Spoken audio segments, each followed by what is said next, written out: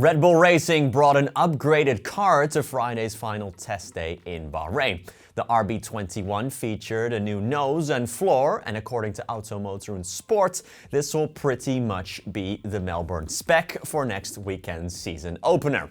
However, the upgrade did not have the desired effect.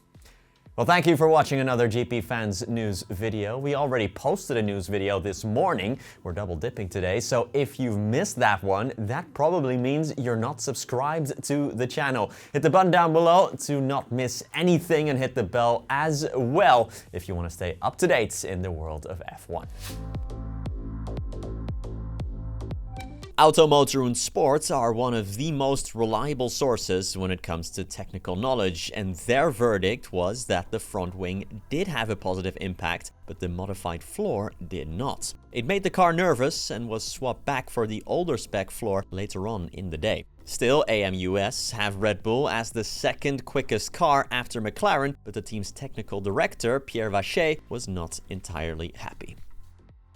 Quote, "It was not as smooth a test as we expected and the team expected, but it is better to find some problems here than later down the line, and it is why we are here, to understand the car. I am not as happy as I could be because the car did not respond how we wanted at times, but it is going in the right direction. Just maybe the magnitude of the direction was not as big as we expected, and it's something we need to work on for the first race and future development." Strategy expert Bernie Collins has exposed what could be a major flaw in the rule change surrounding the Monaco Grand Prix.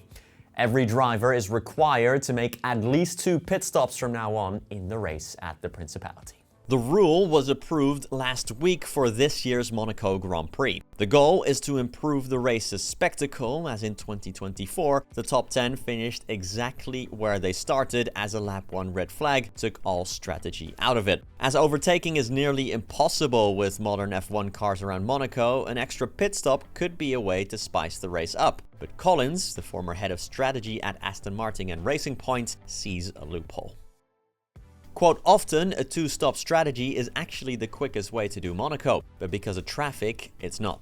My initial thought upon reading it was, if I was last in the Monaco Grand Prix, I would stop on lap 1 and stop on lap 2 and have no more pit stops to do. Unless there's a minimum stint, like in Qatar 2 years ago, which also didn't work because it really restricted strategy, then what stops someone under a lap safety car who is running a bit out of position doing their 2 stops then?" And finally, over to Aston Martin, because today marks the day Adrian Newey can finally start working there. After announcing his departure from Red Bull almost a year ago now, Newey was put on gardening leave but can now sink his teeth into the 2026 car in Silverstone.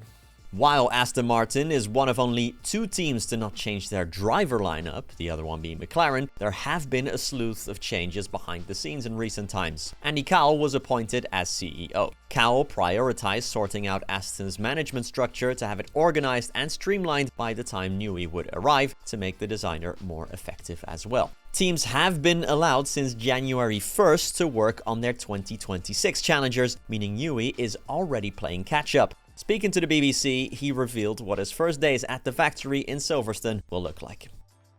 Quote, "I'm just looking forward to it, and what will be, will be. The first target really is to get to know everybody here, understand how everybody works, and try to integrate myself with everybody. It's talking to the drivers, it's talking to my fellow engineers, trying to bounce ideas off them, getting that sort of creative flow going." Well, that's it for today's second news video. So, what do you think about Bernie Collins and her loophole in this Monaco rule?